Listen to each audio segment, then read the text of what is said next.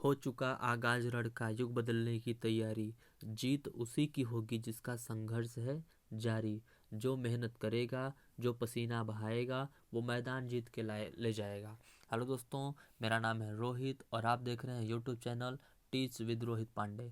दोस्तों, मैं आज से आप लोगों के लिए जीव विज्ञान की एक नई सीरीज स्टार्ट करने जा रहा हूं। और ये जीव विज्ञान की जो सीरीज होगी वो आपको, चाहे नीट का एग्ज़ाम हो, मेडिकल का एग्ज़ाम हो, बीएससी का एग्ज़ाम हो, एमएससी का एग्ज़ाम हो, इन सारे एग्ज़ामों के लिए ये हमारा जो सीरीज़ है, जीव विज्ञान की जो एनसीईआरटी की सीरीज़ मैं स्टार्ट करने जा रहा हूँ आज से। आज का ये मेरा पहला फर्स्ट वीडियो होगा। तो अगर आप लोग किसी भी एग्ज़ाम की तैयारी कर रहे हैं, वैसे तो किसी भी एग्ज़ाम में जीव विज्ञान का जो पोर्शन होता है काफ़ी इम्पोर्टेंट होता है, आप सभी जानते हैं। तो इसी को देखते हुए हम आज से इस जीव विज्ञान की एनसीईआरटी की एक नई सीरीज स्टार्ट करने जा रहे हैं। इस एनसीईआरटी की सीरीज में मैं आप लोगों को जो बायोलॉजी के जो भी चैप्टर हैं 11th-12th को सबसे पहले मैं कवर करूँगा। और इसमें एक एक चीज़, जो भी चीज़ें हमारे एनसीईआरटी में बताई गई हैं, इन सारी चीज़ों को हम लोग बहुत अच्छी तरीके से पढ़ने की कोशिश करेंगे और उम्मीद करता हूँ कि ये सीरीज़ आप लोगों को बहुत अच्छी लगेगी। तो दोस्तों, इसी के साथ अगर मैं एक रिक्वेस्ट भी करना चाहता हूँ आप लोगों से कि अगर आप लोगों ने अभी तक हमारे इस एनसीईआरटी की जो सीरीज़ मैंने स्टार्ट की है, आप सभी जानते हैं कि मैंने 6 से 12 तक की कक्षाओं के जो भी एनसीईआरटी के हमारे एग्ज़ाम के लिए इम्पोर्टेंट हो सकते हैं, जो भी चैप्टर हो सकते हैं, जियोग्राफी हो सकता है, जियोग्राफी हो गया, और इकोनॉमिक्स हो गया, साइंस हो गया, साइंस के बाद आप देख सकते हैं हमारा हिस्ट्री हो गया।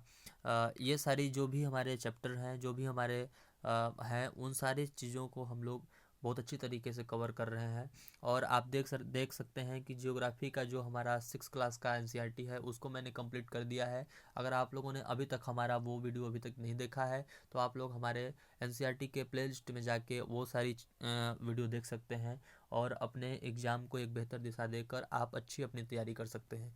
तो हेलो दोस्तों, एक बार फिर से मैं अपने इस यूट्यूब चैनल के माध्यम से अपने इस वीडियो सीरीज़ में आप सभी दोस्तों का, भाइयों का अपने दिल से, दिल खोल कर स्वागत करते हैं। चलिए, ज़्यादा टाइम न लेते हुए मैं इस वीडियो को स्टार्ट करता हूं और इस पहले चैप्टर को हम लोग स्टार्ट करते हैं।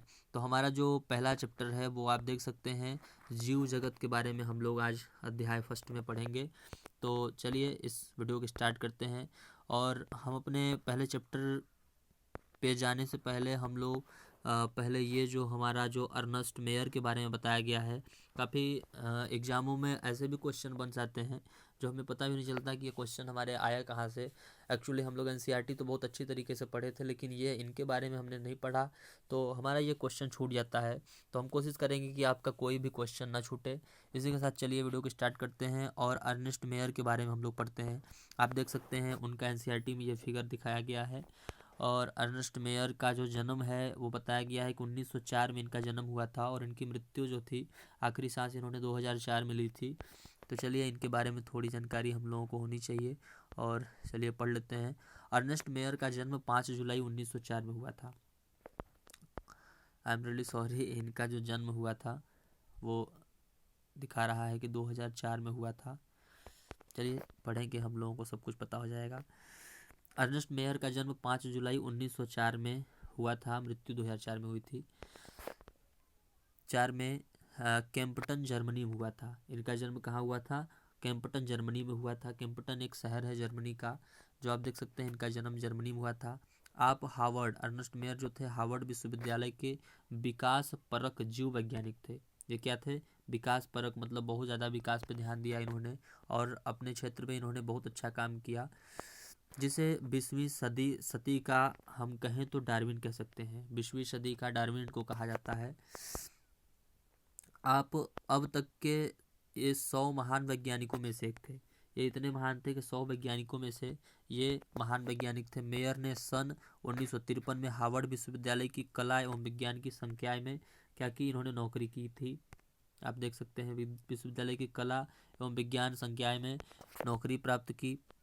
और 1975 में Alexander Agassiz professor of zoology emeritus की पदवी के साथ अवकाश प्राप्त किया इन्होंने। अपने 80 सालों के कार्य जीवन में आपका पक्षी विज्ञान, इन्होंने पक्षी विज्ञान में महत्वपूर्ण कार्य किए, वर्गीकरण में काम किया, प्राणी, भूगोल में काम किया, विकास में, वर्गीकी, इन सारे क्षेत्रों में इन्होंने अपना महत्वपूर्ण योगदान दिया है। इतिहास एवं दर्शन आदि पर अनुसंधान केंद्रित रहा। आपने लगभग अकेले ही विकासीय जीव विज्ञान के केंद्रीय प्रश्न जाति विविधता की उत्पत्ति को खड़ा किया। अकेले ही इन्होंने क्या किया, विविधता, जाति विविधता की जो एक उत्पत्ति को क्या किया, इन्होंने खड़ा किया, जो कि आज बिल्कुल सच्चाई है, आप सभी जानते हैं। इसके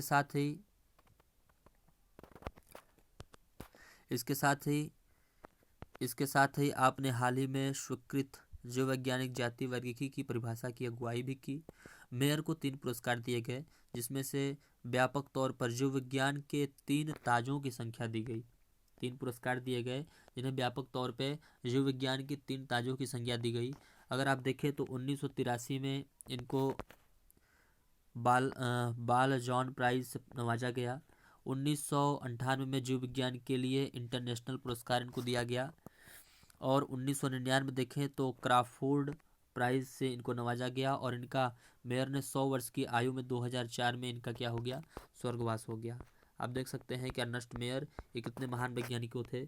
100 वैज्ञानिकों में इनका नाम आता है, और ये सदी के 20वीं सदी का इनको क्या कहा जाता है, डार्विन कहा जाता है। तो ऐसे क्वेश्चन भी हमारे एग्जाम में बन जाते हैं, हमको पता नहीं चलता।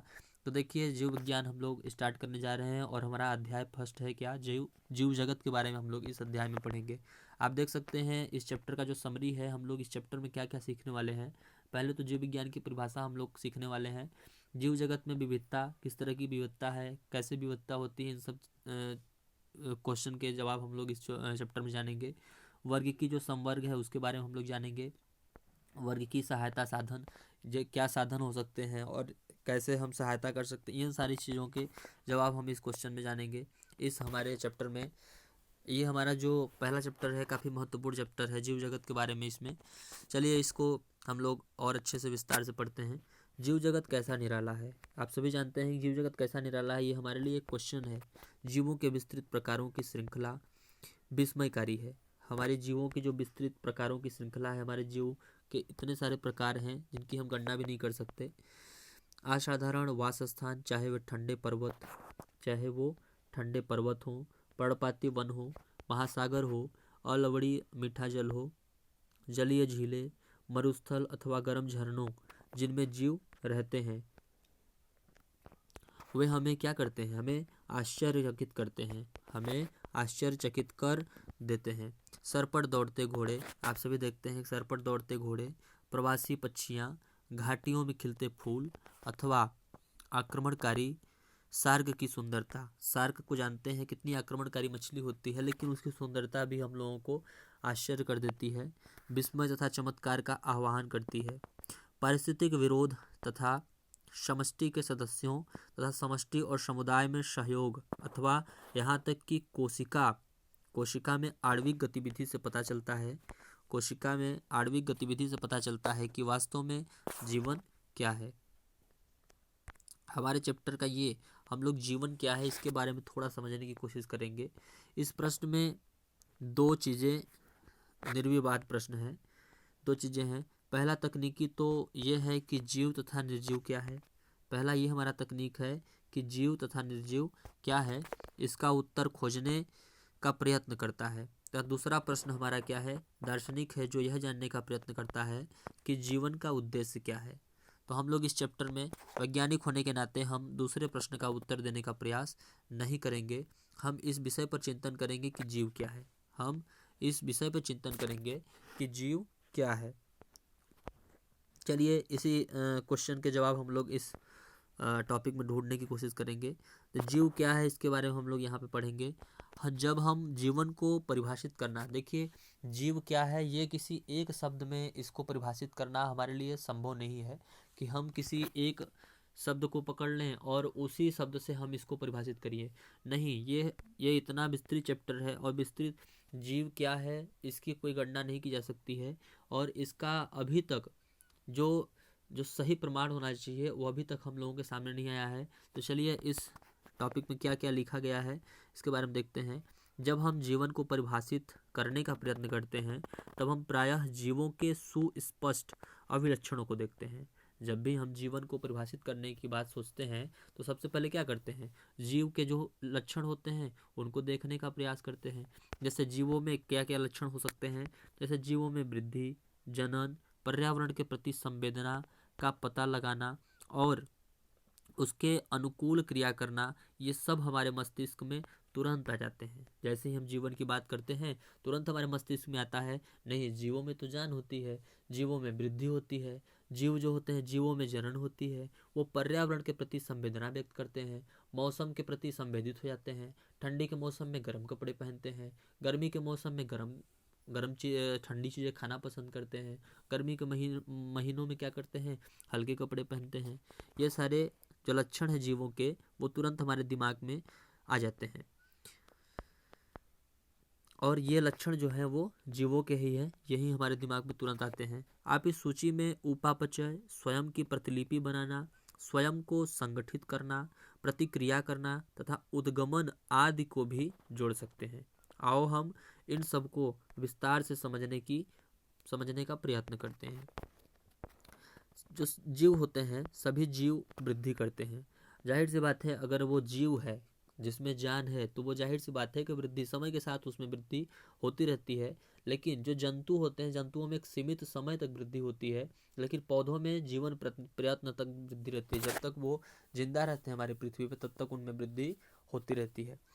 सभी जीवों में वृद्धि करते हैं। जीवों के भार तथा संख्या में वृद्धि होना, ये भी एक महत्वपूर्ण लक्षण है। ये दोनों वृद्धि के द्वियुग्मी अभिलक्षण हैं। ये दोनों क्या हैं, वृद्धि के दो द्वियुग्मी अभिलक्षण हैं। बहुकोशिका जीव कोशिका विभाजन द्वारा वृद्धि करता है। जो बहुकोशिका जीव, जो बहुकोशीय जीव होता है वो क्या करता है, कोशिका विभाजन द्वारा वो क्या करता है, वृद्धि करता है। पौधों में यह वृद्धि जीवन प्रयत्न कोशिका विभाजन द्वारा संपन्न होती है। पौधों में ये एक महत्वपूर्ण लक्षण है, आप लोग ध्यान रखिएगा कि जो पौधे हैं पौधों में वृद्धि एक निश्चित समय तक नहीं, निश्चित उम्र तक नहीं होती है, जबकि पौधों में जीवन प्रयत्न कोशिका विभाजन होता रहता है और उनमें वृद्धि होती रहती है। प्राणियों में यह वृद्धि कुछ आयु तक होती है, प्राणियों में यह वृद्धि कुछ आयु तक होती है, लेकिन पौधों में जब तक जीवित रहते हैं तब तक होती है। लेकिन कोशिका विभाजन विशिष्ट ऊतकों में होता है। हम सभी जानते हैं, यहाँ पे क्या लिखा है कि कोशिका विभाजन जो है वो हर हर ऊतकों में नहीं होता है, ये एक विशिष्ट ऊतक होते हैं जिनमें कोशिका विभाजन होता है, ताकि विलुप्त कोशिकाओं के स्थान पर नई कोशिकाएं आ सके। विशिष्ट ऊतकों द्वारा होता है ताकि जो लुप्त कोशिकाएं हैं उनके स्थान पे नई कोशिकाएं आ सके। एक कोशिक जीव भी कोशिका विभाजन द्वारा वृद्धि करते हैं। एक कोशिक जीव भी कोशिका विभाजन द्वारा वृद्धि करते हैं। जो एक कोशिकाओं से मिलकर बने हैं उनमें भी वृद्धि होती है। बड़ी सरलता से कोई भी इसे पत्र संवर्धन में सूक्ष्मदर्शी से देखकर कोशिकाओं की संख्या गिन सकता है। आप सूक्ष्मदर्शी का अगर प्रयोग किए होंगे, सूक्ष्मदर्शी से अगर कोई प्रयोग किए होंगे तो आप लोगों को पता होगा कि सूक्ष्मदर्शी जो होता है एक ऐसा यंत्र होता है जो छोटी, जो हमारे नंगी आंखों से नहीं दिखाई पड़ता है, उसे हम सूक्ष्मदर्शी की सहायता से देख सकते हैं और कोशिका विभाजन को भी हम क्लियरली देख सकते हैं सूक्ष्मदर्शी के माध्यम से। दोस्तों, कोशिकाओं की संख्या गिन सकता है। अधिकांश उच्च कोटि के प्राणियों तथा पादपों में वृद्धि तथा जनन पारस्परिक विशिष्ट घटनाएं हैं। अधिकांश जो उच्च कोटि के प्राणी होते हैं तथा उच्च कोटि के पादप होते हैं उनमें वृद्धि तथा जनन पारस्परिक विशिष्ट घटनाएं होती हैं। हमें याद रखना चाहिए कि जीव के भार में वृद्धि होने को भी वृद्धि समझा जाता है। हमें याद रखना चाहिए कि जीव के भार में अगर उसके भार में अगर वृद्धि हो रहा है तो वो भी एक वृद्धि का ही गुण होता है।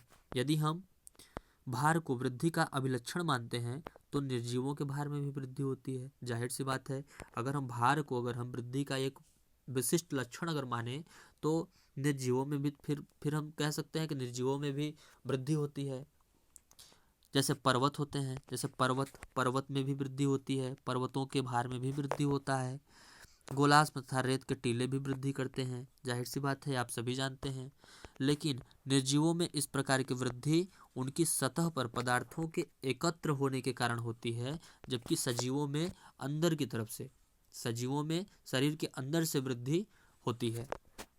जीवों में यह वृद्धि अंदर की ओर से होती है। इसलिए वृद्धि को जीवों का एक विशिष्ट गुण नहीं मान सकते। इसीलिए वृद्धि को जीवों का एक विशिष्ट गुण नहीं मान सकते हैं। जीवों में यह लक्षण जिन परिस्थितियों में परिलक्षित होता है उनका विवेचना करके ही यह समझना चाहिए कि यह जीव तंत्र के लक्षण हैं। आप सभी जान रहे हैं, इन सारी चीज़ों को आप छोटी छोटी जो भी चीज़ें आ रही हैं इन सारी चीज़ों को आप दिमाग में बैठा के चलिए, क्योंकि ये एनसीईआरटी है। एनसीईआरटी में कहाँ से क्वेश्चन बन जाएंगे आप नहीं बता सकते।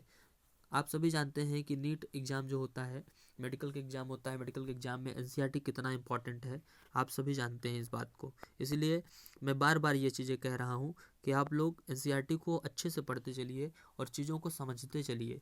अगर आप लोगों को कोई चीज़ नहीं समझ में आ रही है तो आप मुझे कमेंट कर सकते हैं, मैं उस कमेंट को पढ़ के आप लोगों को जवाब देने का बिल्कुल कोशिश करूँगा। इस प्रकार जनन भी जीवों का अभिलक्षण है। जैसे जनन हो गया, ये भी एक जीवों का अभिलक्षण है। जनन के माध्यम से ही जीव अपने जैसे संतान को उत्पन्न करता है। वृद्धि के संदर्भ में इस तथ्य की व्याख्या हो जाती है। बहुकोशिक जीवों में जनन का अर्थ अपनी संतति उत्पन्न करना। जाहिर सी बात है, जनन का यह एक महत्वपूर्ण लक्षण है। लगभग उसे अपने माता पिता से मिलते हैं। जो संतान जीव जनन के माध्यम से उत्पन्न करता है वो क्या होता है, वो अपने माता पिता से ही मिलता है। निर्विवाद रूप से हम लैंगिक जनन के विषय में चर्चा कर रहे हैं। निर्विवाद से हम जो सेक्सुअल रिप्रोडक्शन होता है उसके बारे में यहाँ पे बताया जा रहा है। जीव अलैंगिक जनन भी करते हैं। आप सभी जानते हैं कि जो जीव होता है वो असेक्सुअल रिप्रोडक्शन भी करता है। जैसे फंजाई हो गया, फंगस जिसको हम क्या कहते हैं, इंग्लिश में फंगस कहते हैं, लाखों अलैंगिक बीजाणुओं द्वारा गुणन करता है। यह क्या करता है, लाखों अलैंगिक बीजाणुओं, जो बीजाणु होते हैं जो असेक्सुअल स्पोर होते हैं उनके द्वारा ये क्या करता है, वृद्धि करता है, गुणन करता है और सरलता से ये क्या होता है, फैल जाता है। निम्न कोटि के जीवों जैसे इष्ट हो गया, हाइड्रा हो गया, ये मुकुलन के द्वारा जनन करते हैं। मुकुलन का मतलब ये होता है, जैसे आप देख सकते हैं ये जैसे कोई हो गया, कोई चीज़ हो गया, यहाँ पे छोटा से अगर पार्ट कोई निकला रहेगा तो ये क्या करता है, एक समय आने पर ये अलग हो जाता है टूटकर और यह इससे एक नया जीव उत्पन्न हो जाता है। इसी को कहते हैं हम मुकुलन। प्लेनेरिया, जैसे प्लेनेरिया को हम लोग क्या कहते हैं, चपटा कृमि भी कहते हैं। वास्तविक पुनर्जनन भी होता है, अर्थात एक खंडित जीव अपने शरीर के लुप्त अंग को पुनः प्राप्त कर लेता है। जैसे आप मान सकते हैं कि कोई ये मान लीजिए कोई जीव है, अगर जीव का कोई एक भाग तोड़ दिया जाए तो ये एक टूटे हुए भाग से पूरा संपूर्ण जीव बनाने की क्षमता होता है और इसी को हम क्या कहते हैं, पुनर्जनन के नाम से जानते हैं। और इस प्रकार एक नया जीव बन जाता है। फंजाई तंतुमयी शैवाल मांस का प्रथम तंतु सभी विखंडन विधि द्वारा गुणन करते हैं। विखंडन विधि द्वारा मतलब कि वो उसका पार्ट मतलब एक जीव से बहुत सारे जीव बनाने की क्षमता होती है। जैसे आप देख सकते हैं, जब हम एक कोशिकी जीवों जैसे जीवाणु बैक्टीरिया की बात करते हैं, जैसे एक कोशिकी का मतलब ये होता है कि सिर्फ एक, अगर जीव का जो शरीर है, जो बॉडी है, उसका जो उसमें अगर देखा जाए अगर कोशिकाओं की संख्या तो केवल एक कोशिका ही होती है। बहुकोशिका का मतलब होता है कि जीव के शरीर में बहुत सारे कोशिकाएं हैं, लेकिन एक कोशिकी का मतलब होता है कि जीव के शरीर सिर्फ मात्र एक कोशिका से मिलकर बनी है। जैसे आपको बताया जा रहा है यहाँ पे कि जीवाणु बैक्टीरिया, जैसे क्या हो गया, बैक्टीरिया हो गया दोस्तों, एक कोशिकी शैवाल अथवा अमीबा, एक कोशिकी शैवाल अथवा अमीबा के विषय में चर्चा करते हैं। तब जनन की वृद्धि पर्यायवाची है, अर्थात कोशिकाओं की संख्या में वृद्धि होती है, अर्थात कोशिकाओं की संख्या में वृद्धि होती है। हम पहले ही कोशिकाओं की संख्या अथवा भार में वृद्धि होने को वृद्धि के रूप में परिभाषित कर चुके हैं। आपको ये चीज़ें पहले ही बताया जा चुका है कि जो जीव होते हैं, जीवों के भार में वृद्धि होना यह एक महत्वपूर्ण लक्षण नहीं है, क्योंकि ये जो जीवित जीव हैं उनके अंदर भी भार में वृद्धि होता है और जो निर्जीव होते हैं जैसे पर्वत हो गया, उनके भी जीव में भार में वृद्धि होता है। अब तक हमने देखा कि एक कोशिकीय जीवों में वृद्धि तथा जनन इन दोनों शब्दों के उपयोग के विषय में सुस्पष्ट नहीं है। ये सारी चीजें कुछ ऐसे भी जीव हैं जो जनन नहीं करते हैं, जो रिप्रोडक्शन नहीं करते हैं। जैसे आप देख सकते हैं खेसर या खच्चर। खेसर या खच्चर, देखिए यहाँ पे खेसर शब्द आया है और खेसर को ही, खच्चर को ही हम खेसर कहते हैं। और ऐसे क्वेश्चन बनते हैं कि खेसर किसका नाम है? बंध्य, कामगार मधुमक्खी, ये जीव जो होते हैं अनुर्वर, मानव युगल आदि। इस प्रकार जनन भी जीवों का समग्र विशिष्ट लक्षण नहीं हो सकता है। क्यों नहीं हो सकता? क्योंकि एक विशिष्ट लक्षण नहीं है। कुछ जीव जनन करते हैं, कुछ जीव जनन नहीं करते हैं। कुछ जीवों में सेक्सुअल रिप्रोडक्शन होता है, लेकिन कुछ जीवों में असेक्सुअल रिप्रोडक्शन होता है। इसलिए ये वृद्धि और जनन दोनों को हम एक जीव का विशिष्ट लक्षण नहीं मान सकते हैं। यद्यपि कोई भी निर्जीव वस्तु जनन अथवा अपनी प्रतिलिपि बनाने में अक्षम है। Sorry friends. जीवों का दूसरा लक्षण अगर देखा जाए तो उपापचय है। जीवों का दूसरा लक्षण उपापचय है दोस्तों। सभी जीव रसायनों से बने होते हैं। सभी जीव जो होते हैं वो किससे बने होते हैं? हम सभी जानते हैं कि सभी जीवों में एक जो फंक्शन होती है उनके बनने की, वो रसायनों से बने होते हैं। आपको यहाँ क्लियरली बताया जा रहा है। ये रसायन छोटे बड़े विभिन्न वर्ग, माप, क्रिया आदि वाले हो सकते हैं, जो अनवरत जैव अणुओं में बदलते हैं और उनका निर्माण करते हैं। ये परिवर्तन रासायनिक अथवा उपापचयी क्रियाएं हैं। सभी जीवों, चाहे वे बहुकोशिकी हो अथवा एक कोशिकी हो, सभी जीव चाहे वो बहुकोशिकी हो अथवा एक कोशिकी हो, में हजारों उपापचयी क्रियाएं होती हैं। आप इस चीज को क्लियरली पढ़ते चलिए। अगर आगे देखा जाए दोस्तों, साथ चलती रहती हैं। सभी पौधे, प्राणियों, कवकों तथा सूक्ष्म जीवों में उपापचयी क्रियाएं होती हैं। सभी प्राणी, कवकों, सभी जीवों में उपापचयी क्रियाएं होती हैं। हमारे शरीर में होने वाली सभी रासायनिक क्रियाएं उपापचयी क्रियाएं हैं। हमारे शरीर में जितनी भी रासायनिक क्रियाएं होती हैं वे सभी क्या हैं? उपापचयी ही क्रियाएं हैं।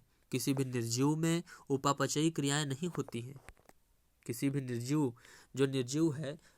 जीव है उसमें उपापचयी क्रियाएं नहीं होती है। लेकिन अगर जीवित जीव है तो उसके शरीर में निश्चय ही उपापचयी क्रियाएं होती हैं। शरीर के बाहर कोशिका मुख्य तंत्र में उपापचयी क्रियाएं प्रदर्शित हो सकती है।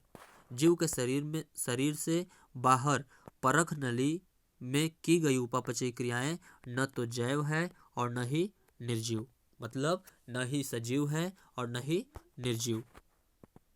अतः उपापचयी क्रियाएं निरापवाद जीवों के विशिष्ट गुण के रूप में परिभाषित है। अगर उपापचयी क्रियाओं की बात करें तो यह विशिष्ट गुण के रूप में परिभाषित है जीवों में। यह जीवित जीव और निर्जीव जीव को बिल्कुल अलग करता है और यह वृद्धि का, यह जो हमारा जीव जगत है, जो हमारा जीवन है, जीवन की सही परिभाषा को प्रदान करता है।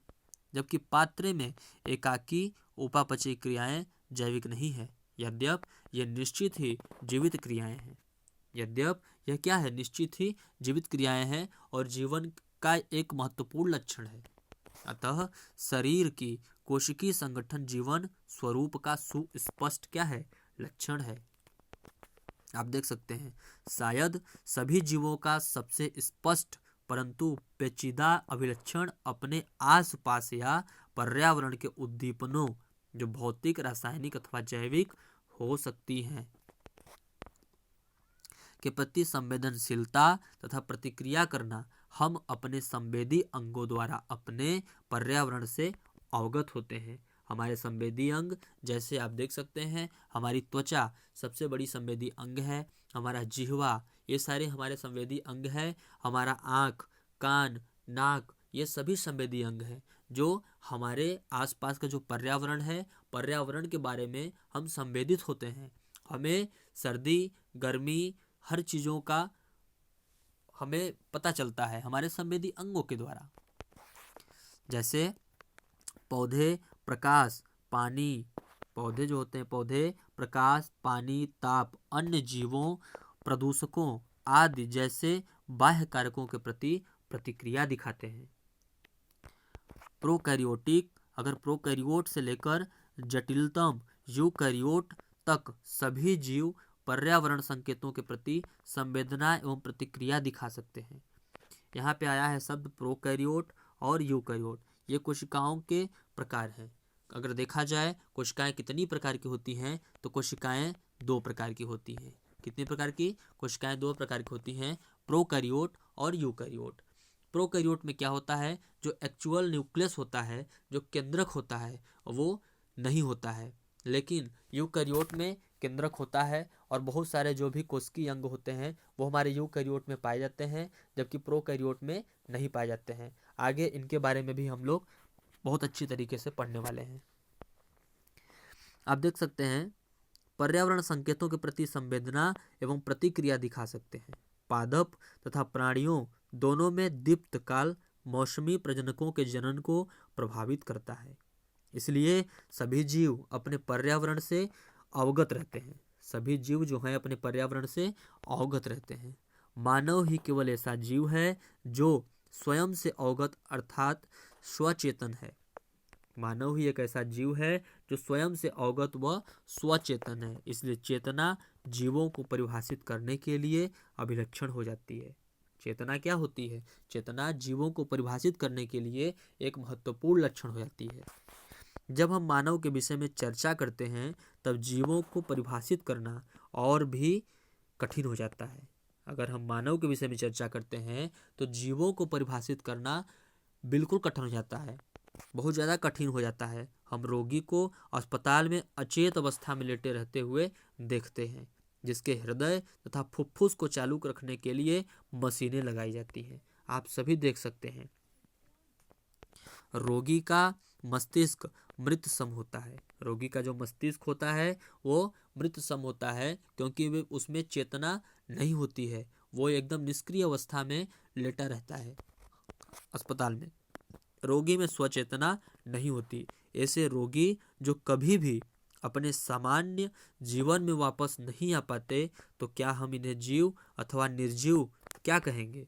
आप सभी जान रहे हैं कि मान लीजिए जीवों के तो लक्षण बताया जा रहा है यहाँ पे कि जीव क्या है, जीवन की परिभाषा ही हम लोग पढ़ रहे हैं। लेकिन जो रोगी है, हम सभी जान रहे हैं मानव जो है, मानव में तो मानव जीवित प्राणी है, मानव तो एक प्राणी है और उसमें वह सजीव है। लेकिन जो हमारा जो रोगी होता है, जो रोगी मानव है, वो हॉस्पिटल में स्वचेतना उसमें नहीं होती है, वह अचेत अवस्था में लेटा रहता है। तो उसको हम क्या कहेंगे? ये भी एक महत्वपूर्ण क्वेश्चन है। उच्च स्तरीय अध्ययन में जीव विज्ञान पृथ्वी पर जैव विकास की कथा है। उच्च स्तरीय अध्ययन में अगर देखा जाए तो जीव विज्ञान जैव विकास की एक कथा है। सॉरी फ्रेंड्स, आपको पता लगेगा कि सभी जीव घटनाएं उसमें अंतर्निहित प्रतिक्रियाओं के कारण होती हैं। ऊतकों के गुण कोशिका में स्थित कारकों के कारण नहीं है, बल्कि घटक कोशिकाओं की पारस्परिक प्रतिक्रिया के कारण है। इसी प्रकार कोशिकीय अंगकों के लगभग अंगकों में स्थित आणविक घटकों के कारण नहीं, बल्कि अंगकों में स्थित आणविक घटकों के आपस में क्रिया करने के कारण है। उच्च स्तरीय संगठन उद्गामी गुणधर्म इन प्रतिक्रियाओं के परिणाम स्वरूप होते हैं। सभी स्तर पर संगठनात्मक जटिलता की पदानुक्रम में यह अद्भुत घटना यथार्थ है। अतः हम कह सकते हैं कि जीव स्वप्रतिकृति विकासशील तथा स्वनियमनकारी पारस्परिक क्रियाशील तंत्र है, जो बाह्य उद्दीपन के प्रति अनुक्रिया की क्षमता रखता है। जीव विज्ञान पृथ्वी पर जीवन की कहानी है। वर्तमान, भूत एवं भविष्य के सभी जीव एक दूसरे से सर्वनिष्ठ अनुवांशिक पदार्थ की साझेदारी द्वारा संबंधित हैं, परंतु यह पदार्थ सब में विविध अंशों में होता है। ऐसा नहीं है कि जो शरीर में जो भी पदार्थ उपस्थित है वो सभी जीवों में एक समान होता है। सभी जीवों में ये पदार्थ अलग अलग अंशों में होता है। कुछ में अधिक होता है, कुछ में कम होता है, कुछ में कोई पदार्थ पाया जाता है और कुछ जीवों में वो पदार्थ नहीं पाया जाता है। हम अगर आंतरिक व्यवस्था में देखें तो वो चीज़ें बिल्कुल अलग हैं। आप देख सकते हैं यहाँ पे हम अब आगे पढ़ने वाले हैं जीव जगत में विविधता। आप सभी जानते हैं दोस्तों कि हमारे जीव जगत की बात करें तो जीव जगत में बहुत सारी विविधता है।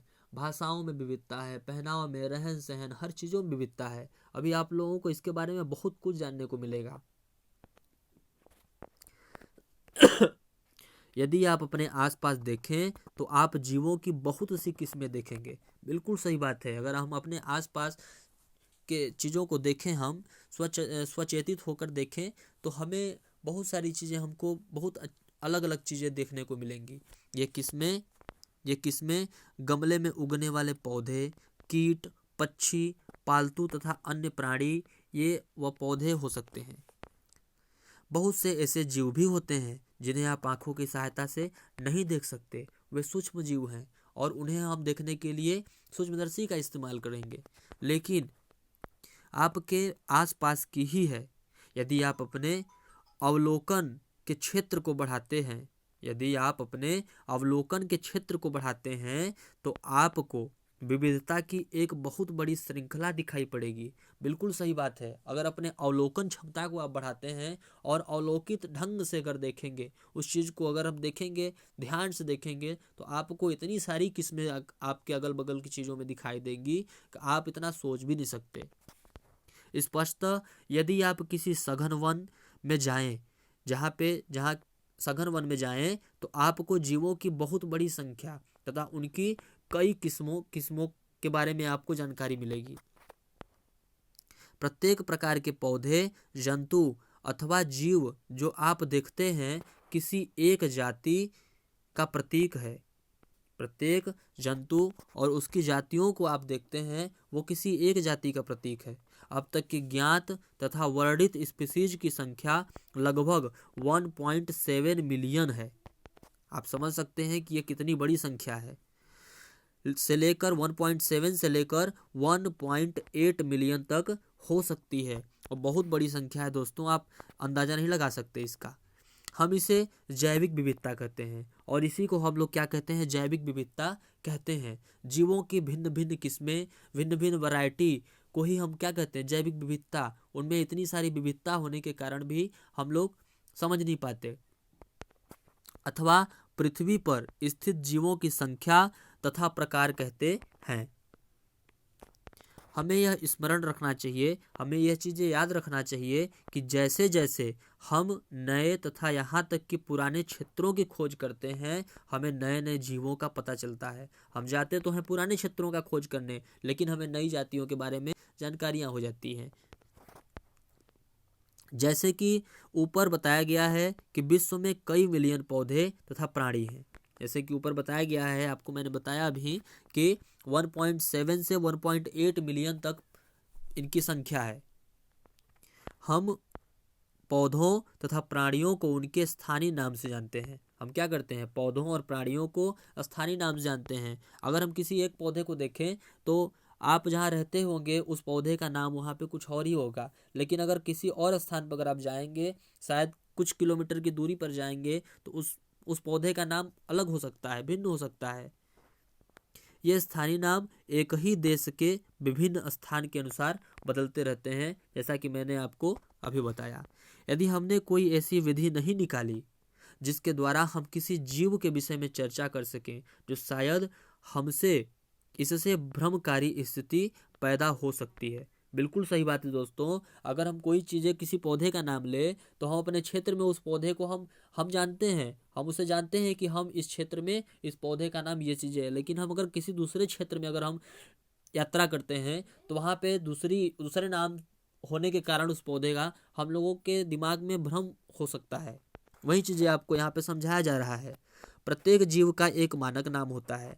प्रत्येक जीव का एक मानक नाम होता है जिससे वह उसी नाम से सारे विश्व में जाना जाता है, और इसी नाम प्रक्रिया को हम क्या कहते हैं, नाम पद्धति है। मतलब किसी जीव का नाम एक होना चाहिए और पूरे दुनिया में उसी एक नाम के द्वारा उसको जाना जाना चाहिए। स्पष्टतः नाम पद्धति तभी संभव है जब जीवों का वर्णन सही हो, सही स्थिति में हो, और हम यह जानते हो कि यह नाम किस जीव का है, और इसे ही हम क्या कहते हैं, पहचानना कहते हैं। अध्ययन को सरल करने के लिए अनेकों वैज्ञानिकों ने प्रत्येक ज्ञात जीव को वैज्ञानिक नाम देने की प्रक्रिया बनाई है। इस प्रक्रिया को विश्व में सभी जीव वैज्ञानिकों ने स्वीकारा है। पौधे के लिए वैज्ञानिक नाम का आधार सर्वमान्य नियम तथा कसौटी है, जिनको international code of botanical nomenclature के नाम से ICBN के नाम से जानते हैं। ICBN के बहुत सारे पेपर में मैंने देखा है, स्वयं देखा है कि ICBN को दे देगा और बोलेगा कि इसका पूरा नाम बताइए। तो आपको ये चीज़ें पता होना चाहिए कि इसका पूरा नाम क्या है। ICBN का international code of botanical nomenclature.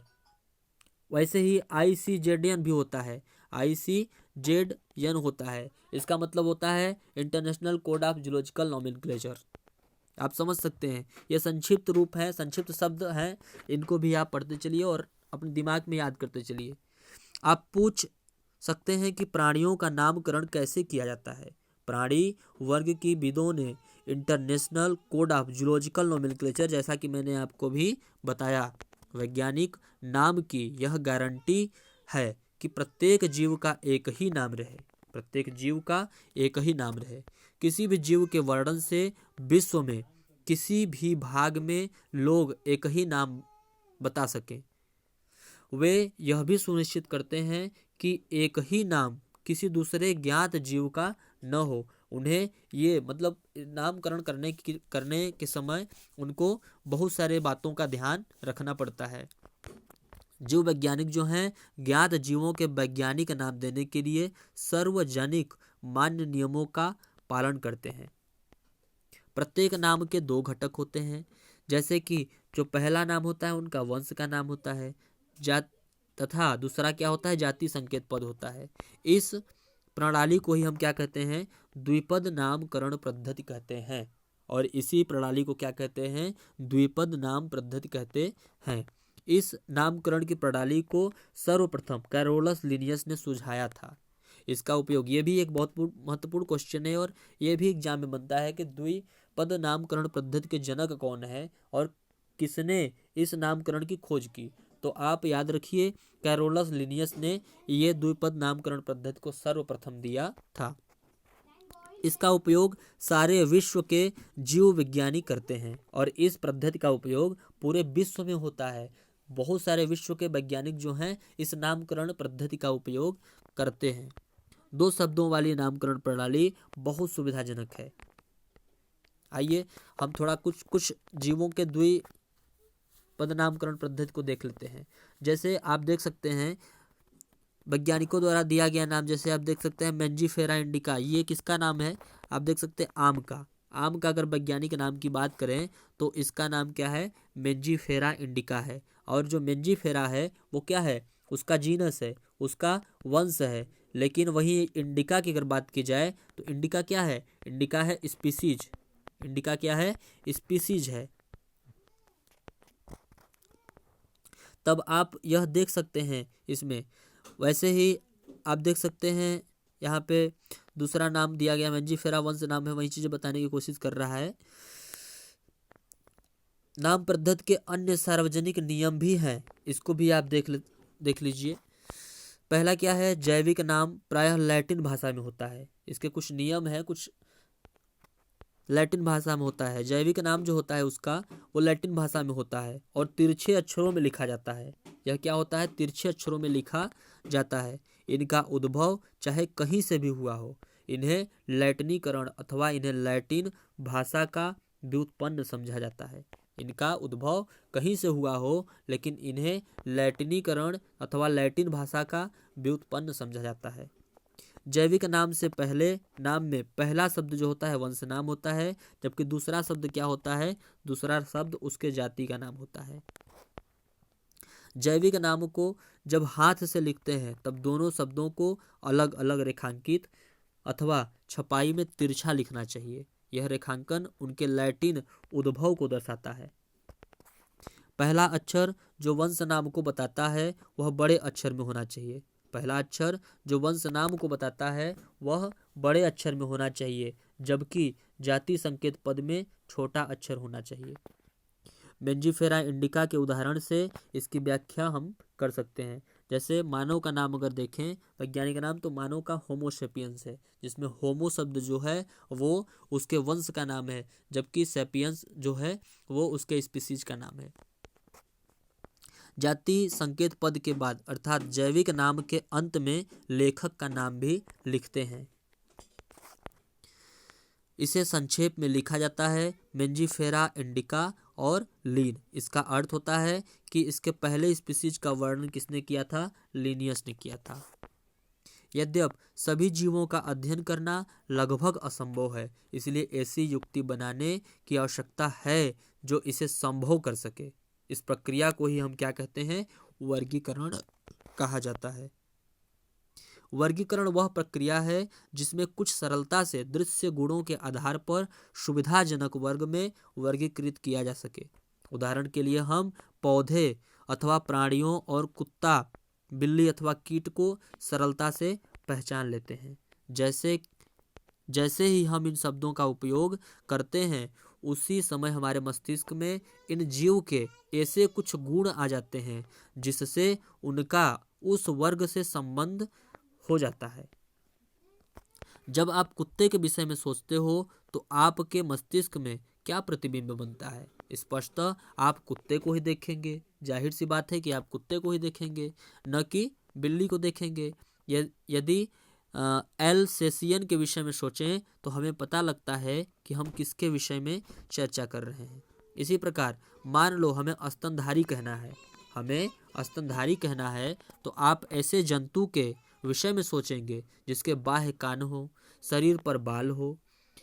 ये स्तनधारी के जो भी लक्षण है, इनके विषय में आप सोचेंगे। और इसी प्रकार के पौधों के विषय में यदि हम बात करें, तो हम गेहूं के विषय में चर्चा करें तो हमारे मस्तिष्क में गेहूं का पौधा ही आएगा, न कि धान का पौधा। सभी कुत्ता बिल्ली स्तनधारी हैं। गेहूं चावल सभी क्या हैं? पौधे हैं। जंतु आदि सुविधाजनक वर्ग है जिनका उपयोग हम पढ़ने में करते हैं। इन वर्गों की वैज्ञानिक शब्दावली टैक्सा है। जंतु की अगर बात करें तो जंतु आदि ये सुविधाजनक वर्ग हैं जिनका उपयोग हम पढ़ने में करते हैं। और इन वर्गों की वैज्ञानिक शब्दावली की बात करें तो टैक्सा है। यहाँ आपको स्वीकार करना चाहिए कि टैक्सा विभिन्न स्तर पर सही वर्गों को बता सकता है। पौधे भी एक टैक्सा है, गेहूं भी एक टैक्सा है। इसी प्रकार जंतु, स्तनधारी, कुत्ता ये सभी टैक्सा हैं। लेकिन क्या आप जानते हैं कि कुत्ता एवं स्तनधारी और स्तनधारी प्राणी है? क्या आप जानते हैं कि कुत्ता एक स्तनधारी और स्तनधारी प्राणी है? इसीलिए प्राणी स्तनधारी तथा कुत्ता विभिन्न स्तरों पर टैक्सा को बताता है। इसलिए गुणों के आधार पर सभी जीवों को विभिन्न टैक्सा में वर्गीकृत कर सकते हैं। गुण जैसे प्रकार, रचना, कोशिका की रचना, विकासीय प्रक्रम तथा जीव की पारिस्थितिकी सूचनाएं आवश्यक हैं और ये आधुनिक वर्गीकरण अध्ययन के आधार हैं। इसलिए विशेषीकरण, पहचान, वर्गीकरण तथा नाम पद्धति आदि ऐसे प्रक्रम हैं जो वर्गीकी हैं, जो क्या हैं? वर्गीकी के आधार हैं। वर्गीकी कोई नई नहीं है। मानव सदैव विभिन्न प्रकार के जीवों के विषय में अधिकाधिक जानने का प्रयत्न करता रहा है, विशेष रूप से उनके विषय में जो उनके लिए अधिक उपयोगी थे। आदि मानव को अपनी मूलभूत आवश्यकताओं जैसे भोजन, कपड़ा, आश्रय लिए नए नए स्रोत खोजने पड़ते थे। इसीलिए विभिन्न जीवों के वर्गीकरण का आधार उपयोग पर आधारित था। जैसा उनको उपयोग था वैसा उनका खोज होता रहता था।